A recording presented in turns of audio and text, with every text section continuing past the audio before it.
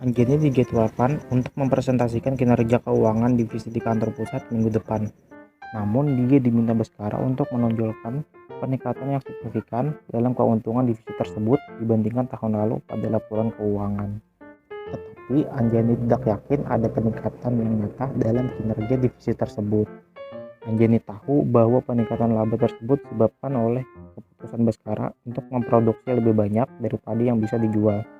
Baskara berargumen bahwa dengan menangguhkan beberapa biaya tetap, laba yang dilaporkan akan meningkat.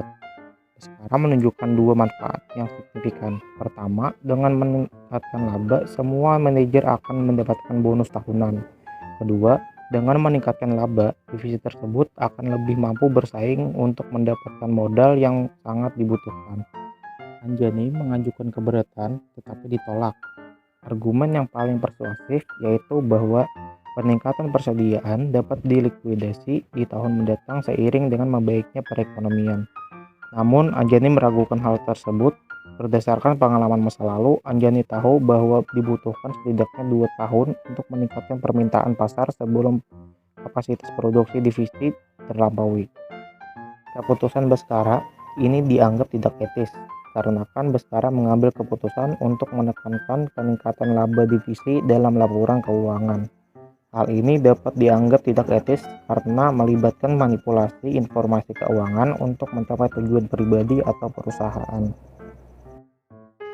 Dalam sisi Anjani, dia seharusnya memilih untuk mempertimbangkan integritas dan transparansi dalam melaporkan kinerja keuangan divisi.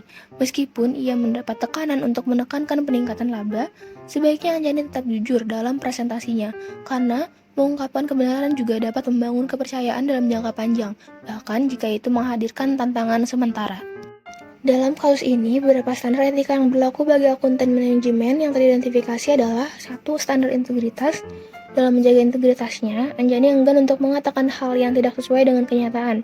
Lalu, yang kedua, standar objektivitas.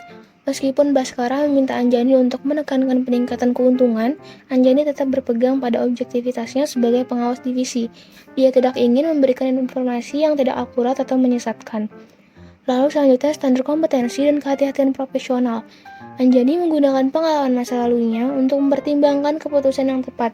Dia tahu bahwa dibutuhkan waktu setidaknya 2 tahun untuk meningkatkan permintaan pasar sebelum kapasitas produktif divisi terlampaui.